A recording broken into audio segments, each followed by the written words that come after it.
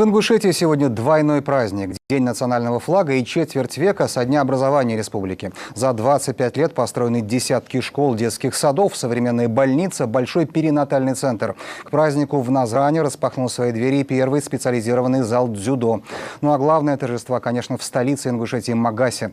Андрей Чистяков о достижениях, с которыми республика и пришла к юбилею. Магас – одна большая праздничная площадка.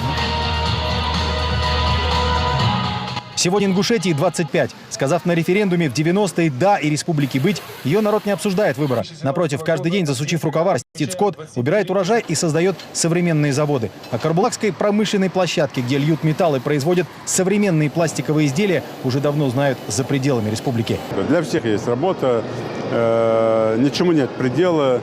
То, что сегодня, через 25 лет, это будет устаревшее. Поэтому хотим успеть все, но самое главное закрепить ту стабильность, которая у нас есть, и достичь новых вершин и в социалке, и в экономике. Величие Родины в вашем труде. Эти слова прозвучали сегодня в Национальном зале славы. Самым достойным учителям, механизаторам, госслужащим здесь вручали государственные награды. Я доволен этой жизнью, потому что было все больше хорошего, больше хорошего. Особым этот июльский день уж точно станет для другого именитого ингуша, олимпийца Хасана Халмурзиева. В честь него назван зал дзюдо. Поросль догоняет? Конечно. Ребята тренируются, и, как вы видите, сегодня проходит российский турнир. Я думаю, этот турнир будет традиционным. Очень много желающих, тем более открытие этого зала.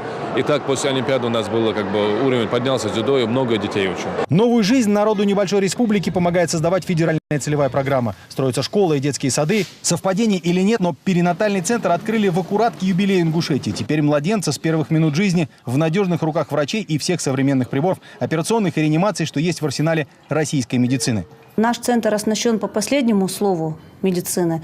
В нашем центре есть все, чтобы оказать женщине квалифицированную медицинскую помощь. Того, что не было у нас, допустим, еще несколько лет назад. Вот-вот небо над столицей Ингушетии раскрасит яркий праздничный салют. 25 по местным меркам долгожителей совсем юный возраст, и это начало большой и долгой жизни. Теперь начинается новая страница в истории самого молодого и быстро развивающегося региона страны.